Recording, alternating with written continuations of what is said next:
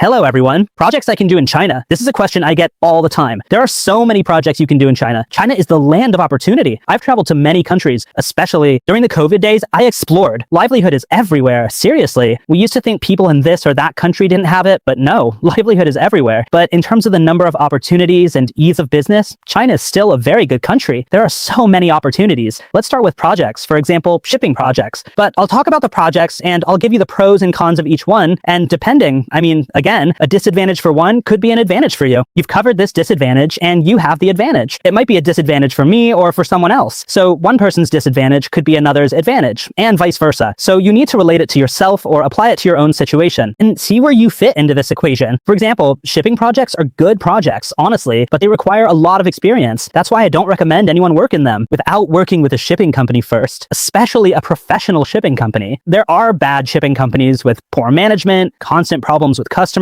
stressed employees, and tense relationships between customers, staff, and the company. But there are well-organized companies. Okay, so it also depends on where you're going to learn. So that's the topic of shipping companies. Otherwise, it'll become a source of stress and complaints from customers, and you'll lose money and pay out of pocket because I'm talking about door-to-door shipping. I'm not talking about other types of shipping. There's intense competition there and no added value in the market. But the shipping opportunities I'm talking about are door-to-door. There are opportunities there, and I've been working in it for a long time. I'll share all the secrets. Livelihood is in God's hands. May God provide for me and provide through me. The second thing is manufacturing workshop projects, like setting up a factory in a field I understand, or where my father, brother, or uncle has experience. Working in this field in wholesale and retail for lighting, for example, you set up an assembly workshop and create your own brand. It'll cut costs and preserve the brand in some products for as long as possible, Because if the product gets famous, people will come to China looking for which factories can imitate or can make this product. So we use the idea of small workshops. Also, the service of having, just as you have a workshop, you have an office or a showroom specialized in certain fields. For example, a showroom specialized in electronics or a showroom specialized in sanitary ware, building materials. So you specialize in a specific field. These are projects for people, those who don't have capital but have experience. It has value. It brings in money. When someone comes to deal with me and I don't understand this field and they deal with someone who understands the solar energy field, who will they prefer, guys? Certainly, they'll prefer the person who's into solar energy. The second thing is that China is a vast sea.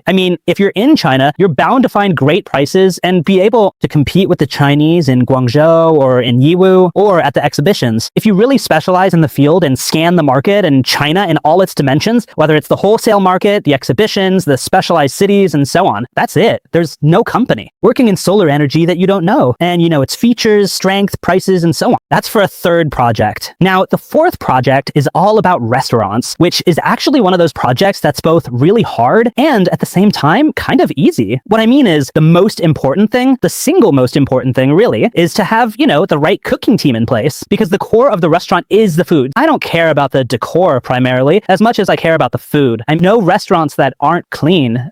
They look really bad even in terms of hygiene, yet they're very, very crowded because for people, number one is the food that distinguishes it. So of course, if you can combine food with decor and cleanliness, you've got the best of all worlds. Restaurants are one of those businesses that have many stories of miserable failure, but also many stories of great success. Now, in my opinion, the reason for failure is the cooking, the core of the business, the food. It's good one day and bad the next. One chef works for 6 months, then they bring another for 2, then another for 4. There's no consistency in that, or the food is just bad from the start. So it's best not to open a restaurant until you're sure. Don't rush. Seriously, no one should rush into opening a restaurant. Let the restaurant do a trial for 2 months. Have your friends try it. Let people try it for free on the first day before officially opening. Restaurants are businesses that are somewhat difficult, honestly. Many were hit hard during the Corona days, of course. The restaurants that survived in China or elsewhere are the ones targeting the locals. Restaurants that targeted the Chinese succeeded. Restaurants that targeted Malaysians succeeded. Restaurants that targeted Turks succeeded. That's how it is. If you target the locals, they're the ones who stay. We might leave. I might come once a year. I used to visit 5 times. Now maybe once or twice a year. But the local stays. He'll be here, and tomorrow he'll bring his friends, and then they'll bring their friends, and so on. Anyway, I'm just philosophizing about restaurants. I don't have experience, though I've been offered several projects projects, but I'm very wary of restaurant ventures. Managing them, especially when you're just getting started, really isn't easy at all. It actually requires an extraordinary amount of effort, dedication, and persistence to handle everything properly. I mean, people's tastes today are different than 5 or 10 years ago, also because of competition. Thankfully, I see restaurants everywhere now in Guangzhou. Everywhere. I mean, how many restaurants opened in the last 3 months? How many opened in the last 6 months? A lot. If I counted 10, that would be the bare minimum, you know? So these are some projects. Some people open grocery stores, especially in remote cities. So these are some of the projects that some people might consider. I'm also talking about projects that are starting to emerge, which I've thought about for a long time, but I'm very busy with shipping and the inspection project, as well as the training project. So I'm telling you, this project is specifically about tourism. They started opening visas, and there's an opportunity also because of the branding. I mean, there's a lot of,